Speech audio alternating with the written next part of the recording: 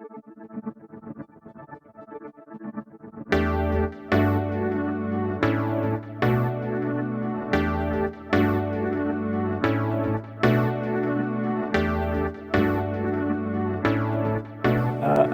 a member of the British Astronomical Association and have been for many years.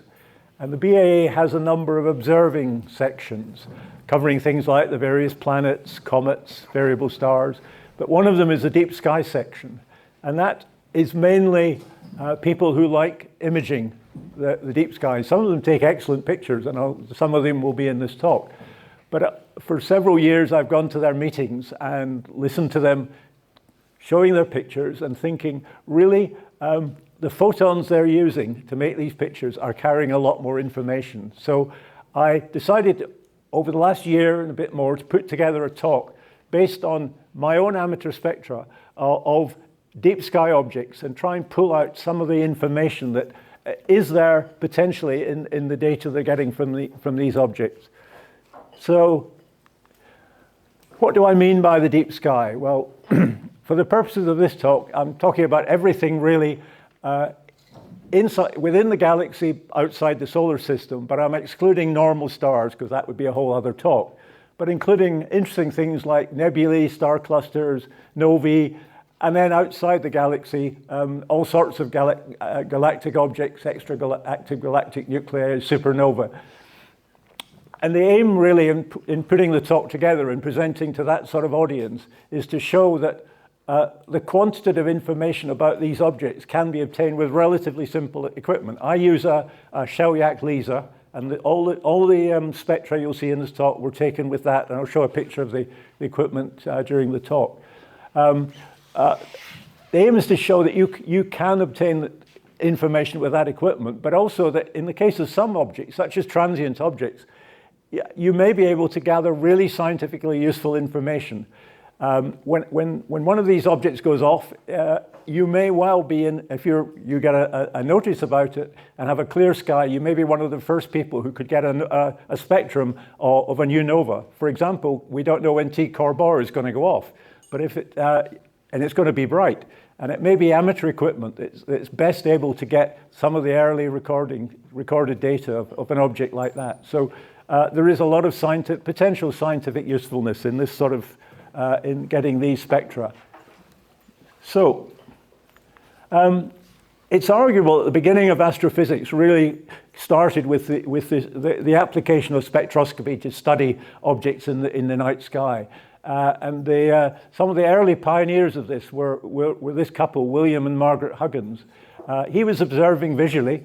He recorded this spectrum, quite a famous spectrum now, of the Cat's Eye Nebula in 1864. And he recognized these emission lines, told him it was a gaseous object. There'd been a lot of discussion about what these planetary nebulae were, misnamed by William Herschel as planetary because they're not that, but they were seen as just fuzzy objects. Were they unresolved star clusters? People didn't know. And it was when he turned a spectrograph to it and saw emission lines, he realized that these were not stars. It was not a cloud of stars. It was a gaseous object. And he correctly identified this F line with hydrogen. He didn't really know what those were. And a salutary warning here. If you watch the pictures of these two people, this is what a life in spectroscopy might do to you.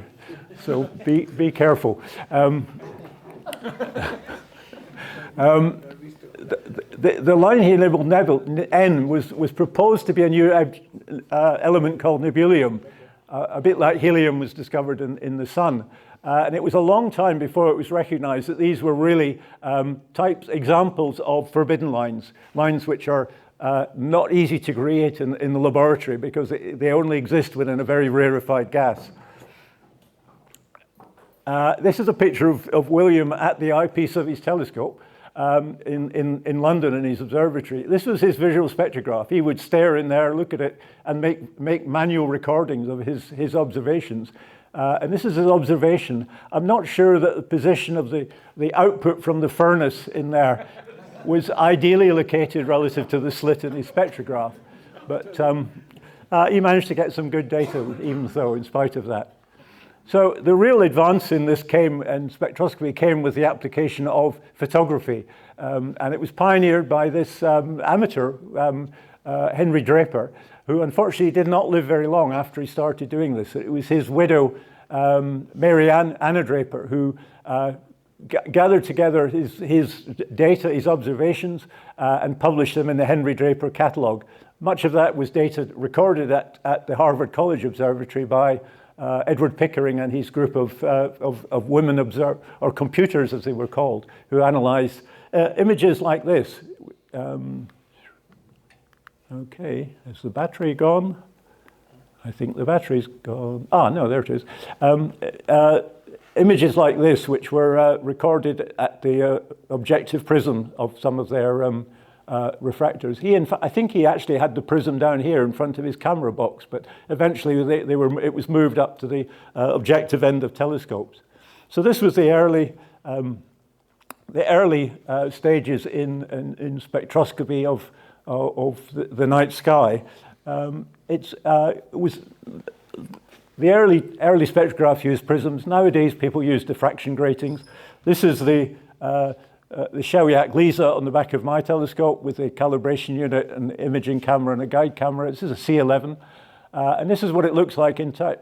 It's a classical Czerny-Turner design of spectrograph with the grating, the imaging camera here, reflective slit showing an image into the guide camera. So you guide it with the star in the slit, and that works very well with this equipment.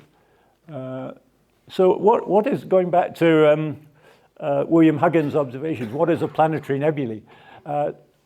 I was wanting to explain to people why these things were interesting and what they were and why they were worth observing. In the case of a planetary nebulae, it's a relatively low mass star in its final life state where it's up here at the top of the I think this really is dying. At the top of the Hertzsprung-Russell, at the asymptotic giant branch of the HR diagram. It's a star that's become a red giant. It's blowing off its outer atmosphere with a strong wind, and that's forming a tenuous shell of gas, which is being illuminated by the core of the star. There are not that many of them because they last a relatively short period, obviously, in the lifetime of the star. But it's amateurs which have made a major contribution to this area by confirming them spectroscopically. These faint fuzzy objects have been seen in some of the deep sky images. And it's only by taking a spectrum, as William Huggins did, that you can actually prove that this really is a planetary nebula. So this is my spectrum with the LISA of the same object that William Huggins observed. At the bottom here is the spectrum, this William Huggins little section of his spectrum that he recorded visually. This is the spectrum from the LISA, and you can see the same bright lines are there, which the oxygen 3 forbidden lines and the hydrogen beta line, and also the strong H alpha line. In some of these images, I'll add on the top corner here, one of the better amateur images that we get in the BAA, and sometimes compare that with a professional image, but it also shows how well the amateurs can often record a lot of the detailed structure in these objects, not with the same intensity, but it's an interesting field for them to pursue. So why are we getting these lines? Well, it's really a process which has evolved over the lifetime of this star and a number of other stars, where the hydrogen and helium fusing in the center have generated a core of carbon and oxygen. The core eventually collapses under gravity, and you end up with an electron-degenerate white dwarf, very hot, which is radiation pressure driving off the outer atmosphere of the star, and the radiation is ionizing the gas in that cloud and generating the strong emission lines that you see in the spectrum, plus a number of other forbidden lines of oxygen, nitrogen. You'll see these in most of the spectrum that we look at. This is the same spectrum of the Cat's Eye Nebula, NGC 6543, but now I've just stretched the vertical scale so you can really see some of these other lines. They're relatively faint compared to the bright ones we saw earlier, but they're all there in the spectrum. This is a deeper spectrum by Kevin Gurney, who I hoped would be here, but hasn't made it. But it's remarkable how much of the detail that you get in a professional telescope image you can get coming up in an amateur image. And here we have a colorized version of the spectrum I showed you earlier, but now just making the point that these lines really are in the strong green part of the spectrum. And that's often why people observing planetary nebulae with a big telescope will report a greenish color in the light. And also why oxygen-3 filters are very effective, because they effectively just transmit that part of the spectrum and improve the contrast visually with the other objects.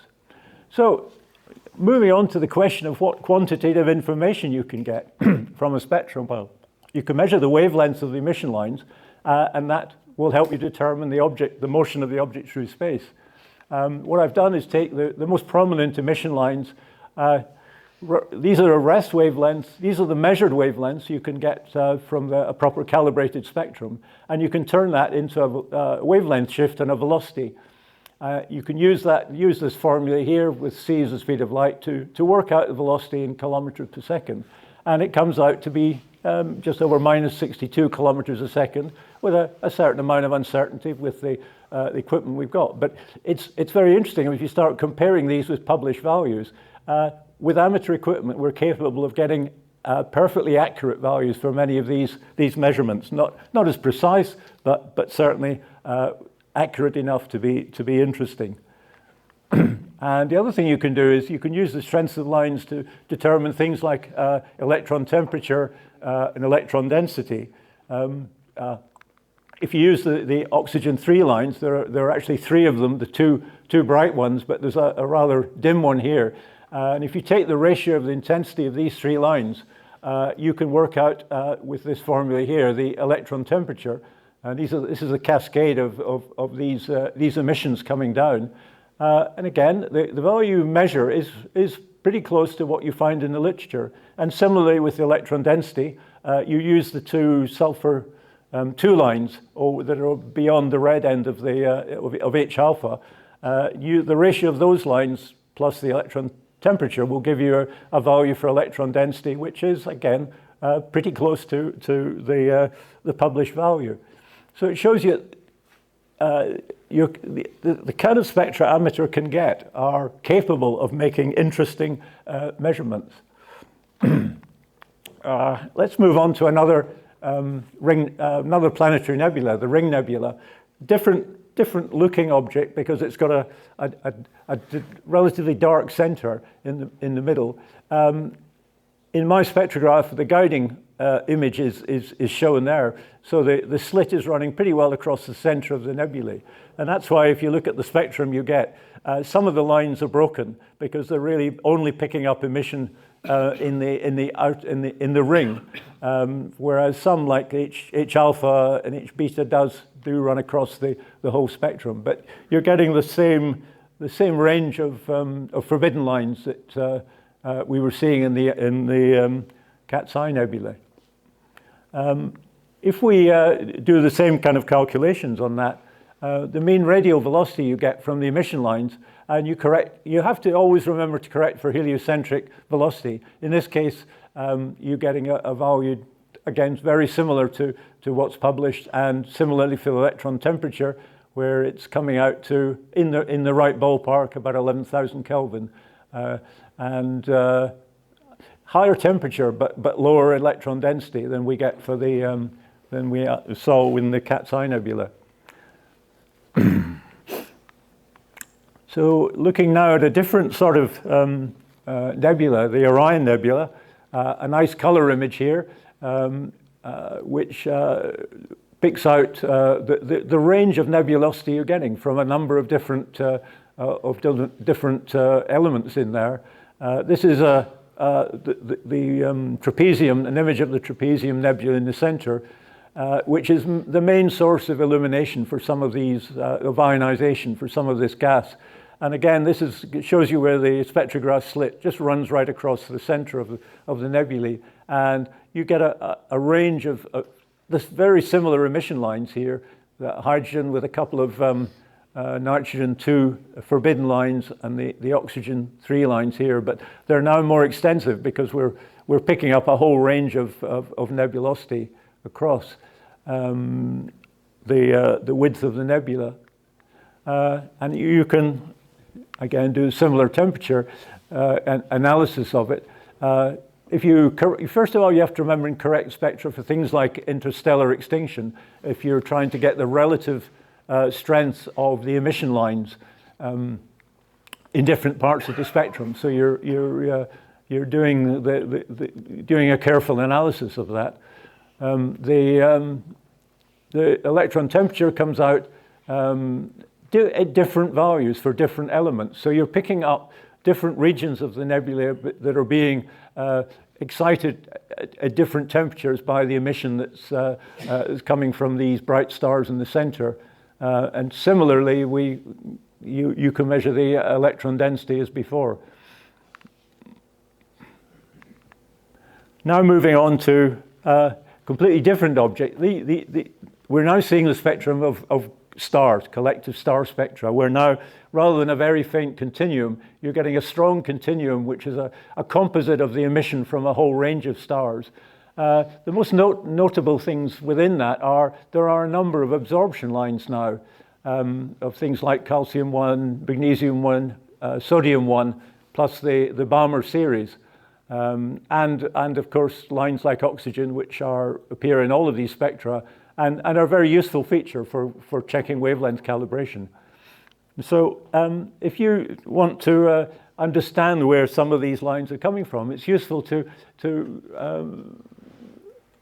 run through the process, explain the process of where they're coming from. Initially, hydrogen is obviously in the outer atmosphere of stars, is absorbing the photons, and that's where you're getting the Balmer lines in the spectrum. But where are these other lines coming from? Well, they're metals. They're created eventually in giant stars which have died and eventually exploded, or just a stellar wind has led to mass loss in these stars. And they eventually end up in the atmosphere of new stars. And what's interesting is if you look at the ionization energy, these are the ones which have really low ionization energies, magnesium, sodium, and calcium.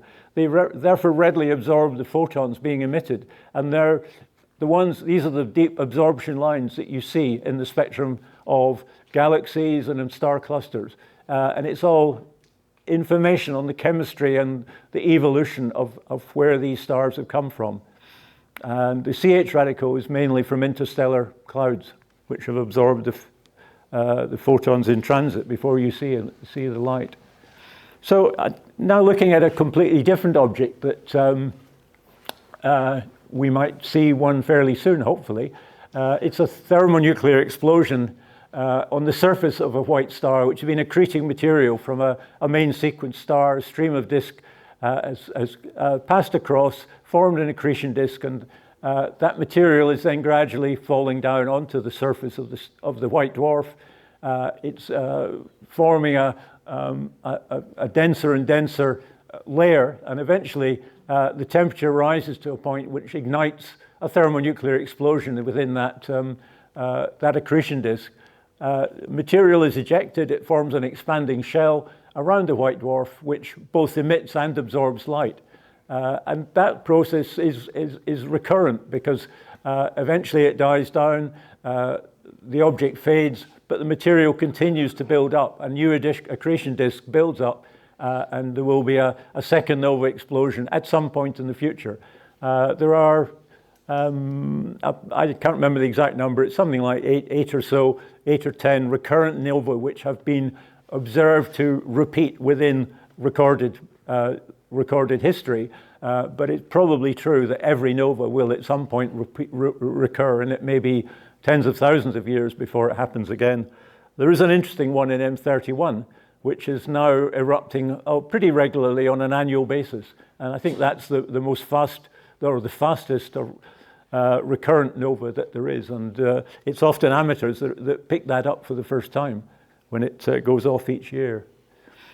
Right. So we'll have a look at some of the spectra of novae that have occurred over the years. This one, the recent one in Cassiopeia, went off in March 2021. Had an interesting light curve. There was a lot of re-brightenings before it started finally fading down, with a little bit of bumpiness on the way. And I recorded a couple of spectra here to show the evolution of the object. Once in 2021, very shortly after it went off, and once about 2.5 years later. There's a nice image of what it looked like in the night sky at the time.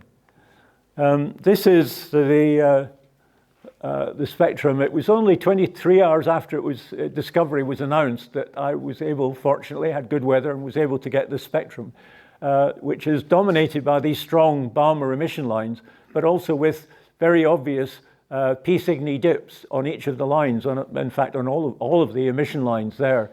And these occur in an optically thick expanding shell coming out. The light coming towards you is blue shifted, is being absorbed as it passes through that expanding shell, and that's what leads to these dips. And they're useful because you can actually measure them. If you look at the wavelength shift of each of these dips here, and again measure the wavelength shift and the velocity, you can see that you can measure with amateur spectra that the shell was expanding at about 1,400 kilometers a second. And if you look at the ATEL that was published around the same time, said that they were recording very similar, about 1,500 kilometers a second in that shell immediately after the explosion. So another example of where quantitative data you can measure with amateur equipment is perfectly respectable and maybe very useful if you were the first person to get one of these spectra. And this is 2.5 years later, what it looks like. Very different looking spectrum, where you've now got broad lines, no P sigma dips, just broad lines, but quite complex structures in these lines.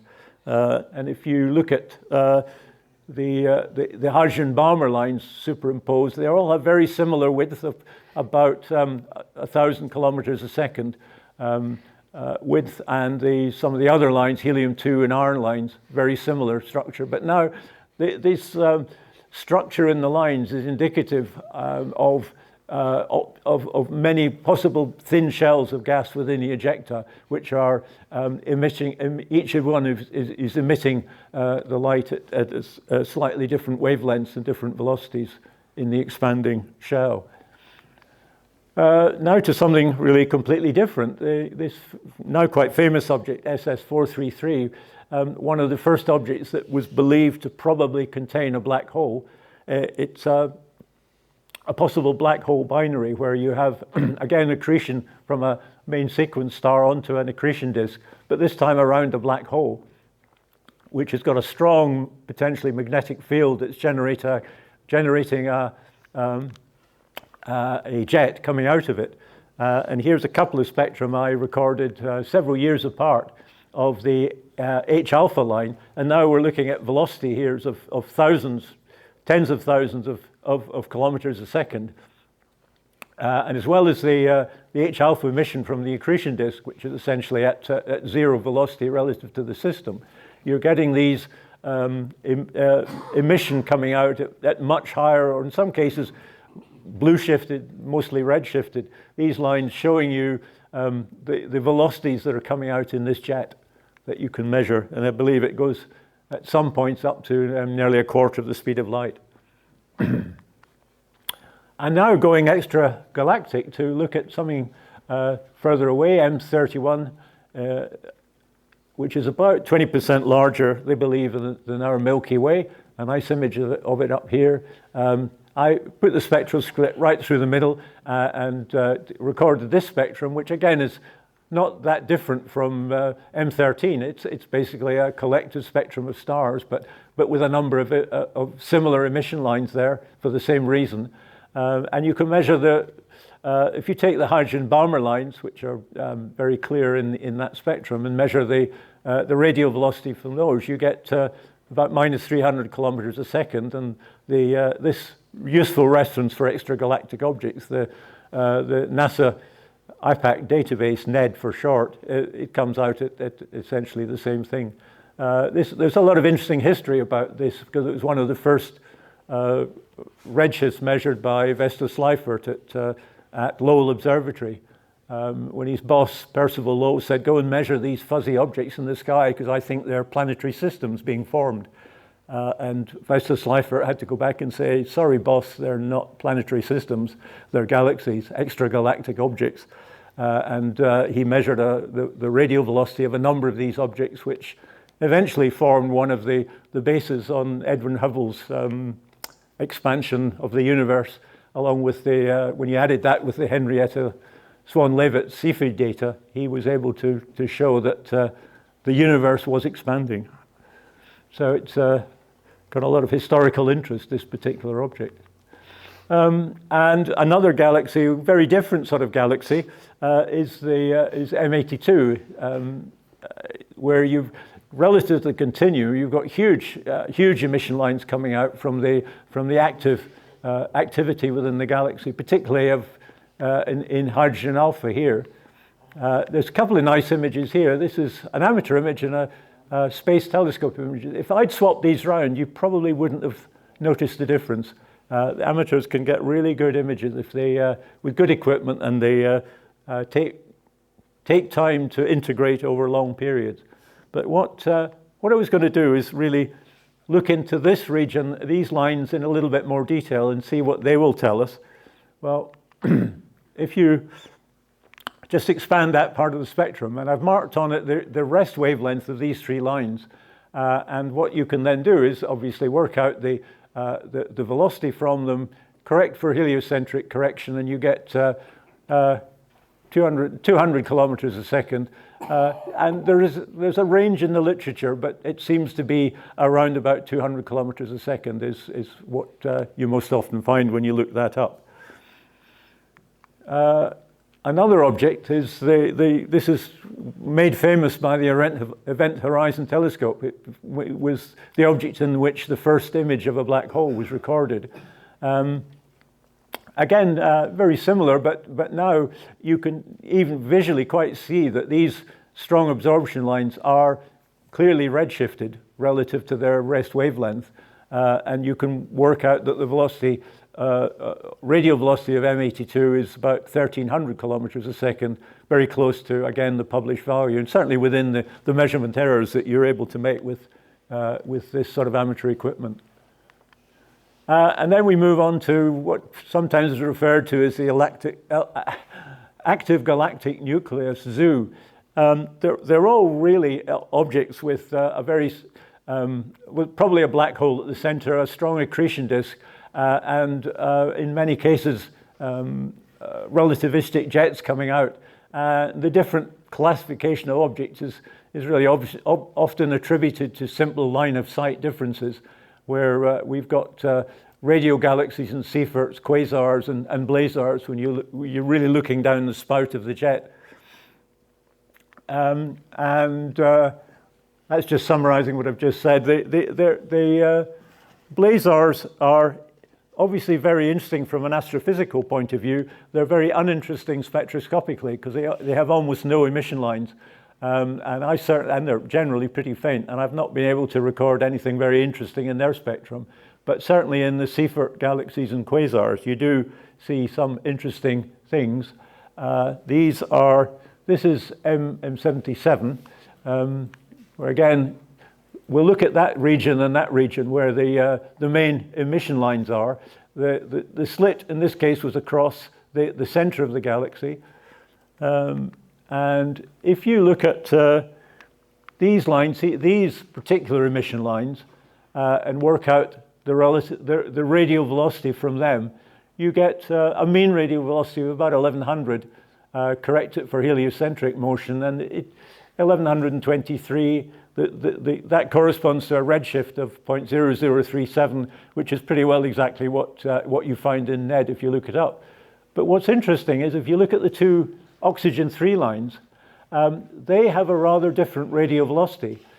What it really corresponds to is that these are moving towards us at just under 200 kilometers a second relative to the host galaxy, M77. And if you start looking up the literature in this, what you find is this really has a rather complex structure, and relative to the systemic velocity, which is what we're measuring here on the left, some of these clouds of gas are moving at velocities of at least 200 kilometers a second in our direction. So again, you can pick up that for simple amateur spectra, that there is a complex structure in the dynamics of some of these galaxies.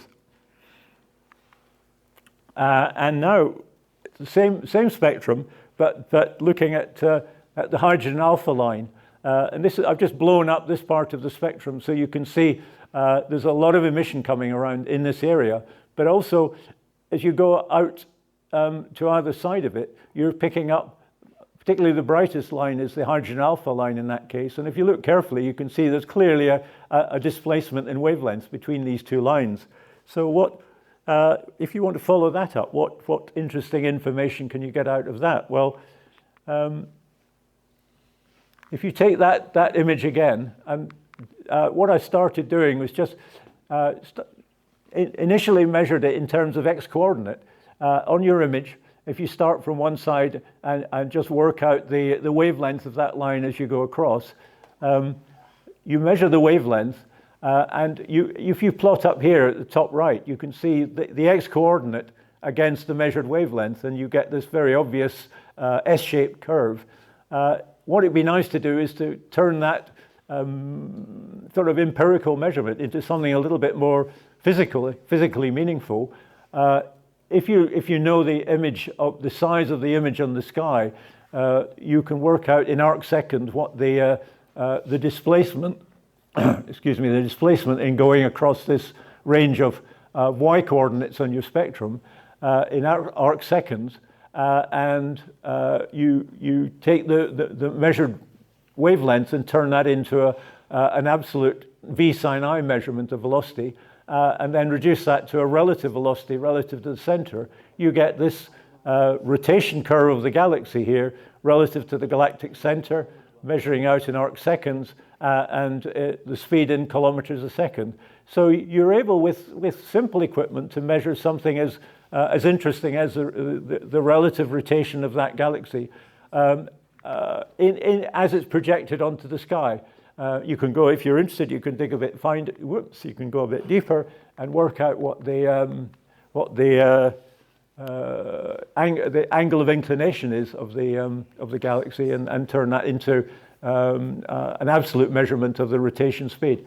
Then we'll look at 3C 273, probably the most famous quasar, where initially the spectrum that was recorded had these strong emission features, and it took a while for people to realize that what they were was hugely redshifted versions of common lines that we understood, like H gamma, H beta, in this case the oxygen 3 emission line.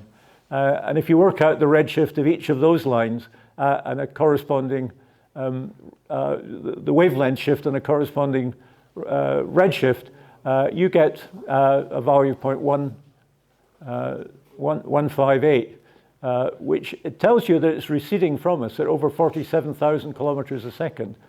Now, you can take a mean Hubble. There's a lot of controversy about what the Hubble constant is, but if you take a mean value of the various ones that are around, you can turn that velocity into a Hubble distance of about 700 megaparsecs. And that's essentially the same as you find in the NED database. But what it tells you is the light's been traveling from about 2.5 billion years from this object, which is about half the lifetime of the solar system. So you're looking back a long way in time with observations like this, if you can start to measure them quantitatively and extract that sort of information from them. And finally, I'll finish the talk by talking about a couple of supernovae. This one is quite a famous one in an M82 2017J. It was a type 1a supernova. It's going back to the description I gave you of a nova. This is a nova where it's accumulated mass at each outburst to the point where it's exceeded the Chandrasekhar limit, and the white dwarf is simply exploded completely. This is the light curve from it. It was a rather nice and clean light curve, and it stayed bright for quite a long time. So I was able to record 6 spectra in total over about a 3-month period from when it went off in January right through to April of that year. And that allows you to follow the evolution of this object. If I put all of these spectra up together, it looks like a real jumble, but there's a lot of physics going on behind these changing spectra as it developed. And I'll just look at two of them in some detail to pull some information out of them. If we look at the black one, which was the very first one recorded, just after, within hours of the explosion, what it shows you is a very big dip here, which is from silicon-2 absorption line.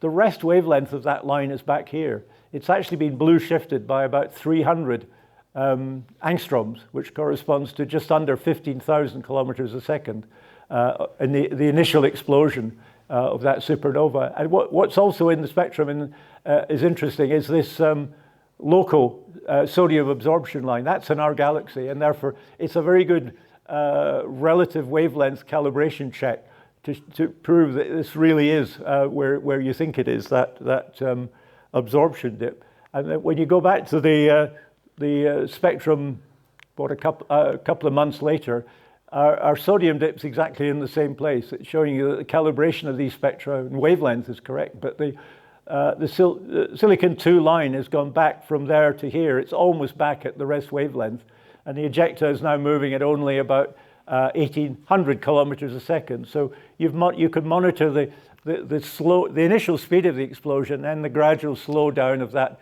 ejecta 2 months later in simple spectra like this.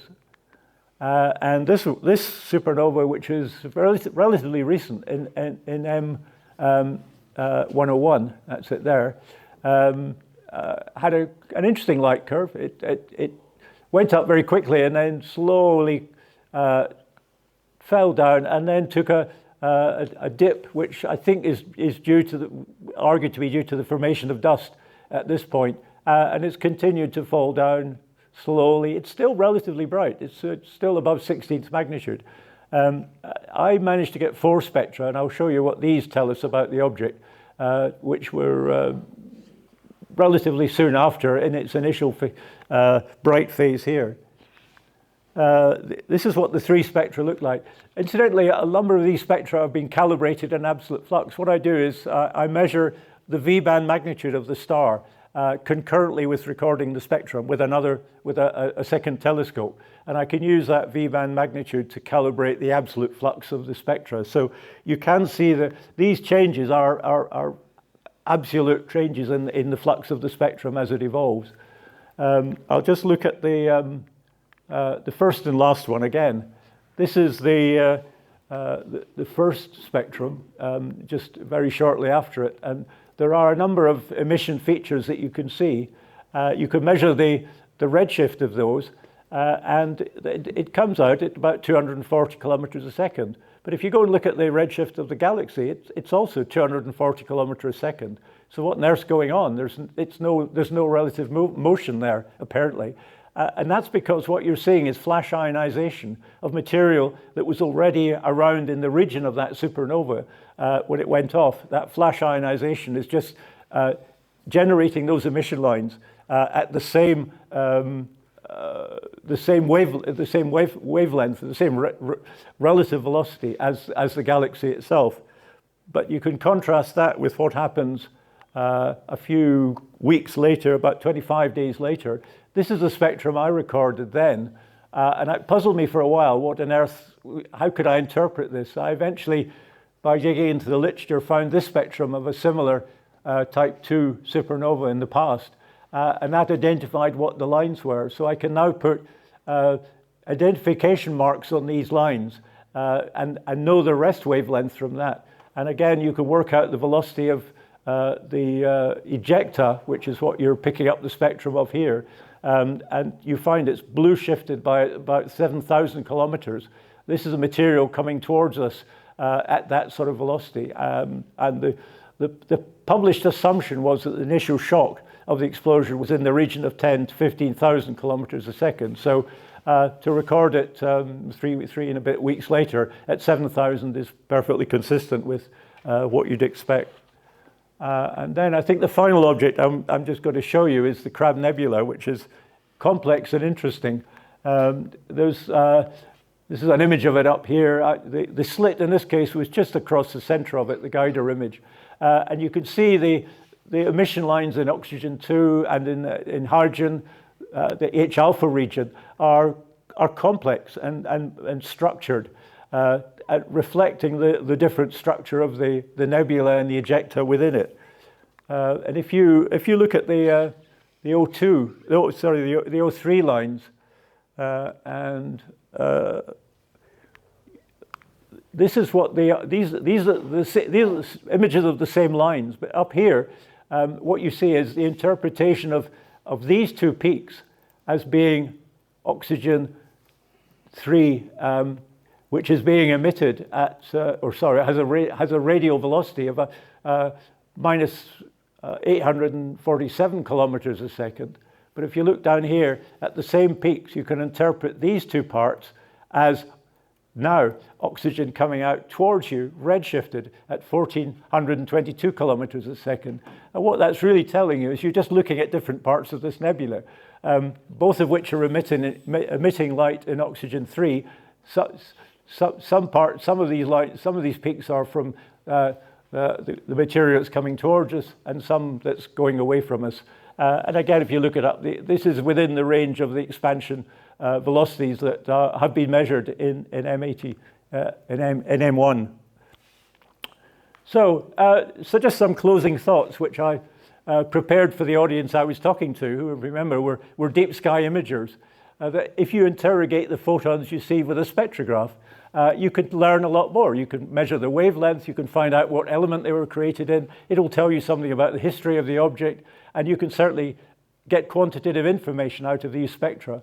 And it can be done with relatively inexpensive equipment within the ballpark of what people spend on good equipment for imaging. Therefore, if you're just using these to make a picture, I would argue that you're seriously underutilizing a valuable resource. And you may be missing an opportunity to make some measurements which will be scientifically useful to people in the future. So at that point, thank you for your attention.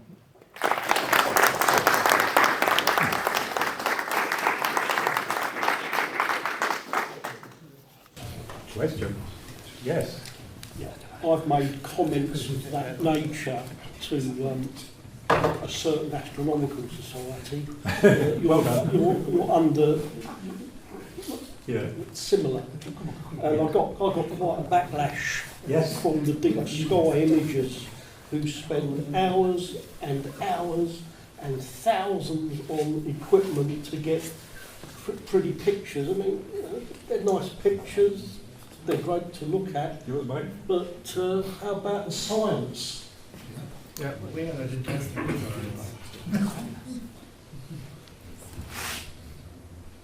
I have a question. Yes.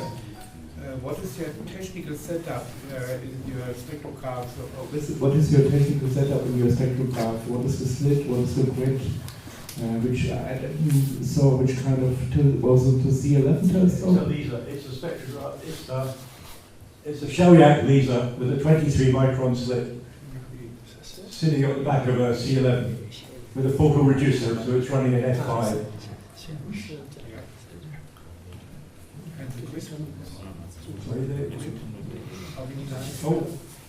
How many lights per millimeter? That's a good question. I don't know. Okay, I can check out big before. Yeah, you have to look it up. Not a number I keep in my head. Yeah. A very technical question is about the calibration of your absolute flux spectra. You explained, but could you repeat again how you do this absolute calibration? It's very interesting. Yeah. If you take standard spectra, say the CalSpec library, absolute calibrated spectrum, and you have a V filter. If you know the profile of that V filter, you can work out the transmission from each of these, and that allows you to work out a 0 point for that filter. So if you then look at your measured spectrum, you work out the transmission through your V filter of that spectrum, you can work out what the flux is that you're actually receiving through that part of the spectrum from that that 0 point calibration, and therefore you can scale the spectrum, the whole spectrum, the continuum of the spectrum, to be close to the absolute flux in that spectrum. But you do simultaneous observation Yes. with a piggyback telescope, or Well, I have 2 mounts and 2 telescopes. One that I've done photometry for many years and started doing spectroscopy, so I put them together. Most objects don't change magnitude that fast that you're doing spectra of. It's possible to calibrate. I've done this with things like symbiotic stars, where the light curve is pretty steady. It's changing, but it changes slowly from day to day. And if you go to databases like the AVSO, you can work out daily average magnitudes. You can get pretty accurate V-band magnitudes of a star, even though you're not able to measure it yourself. So it's possible to use that data.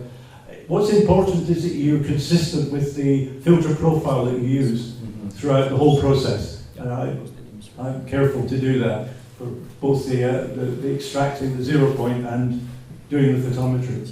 But it works. I would say it's good to 10%. I wouldn't claim any better than that, but that's enough to looking at something like H alpha, and if you wanted to measure the flux in an H alpha line, how it varies, you can use that calibrated spectrum to measure it. And some of these H alpha lines are big, so they have big changes in flux.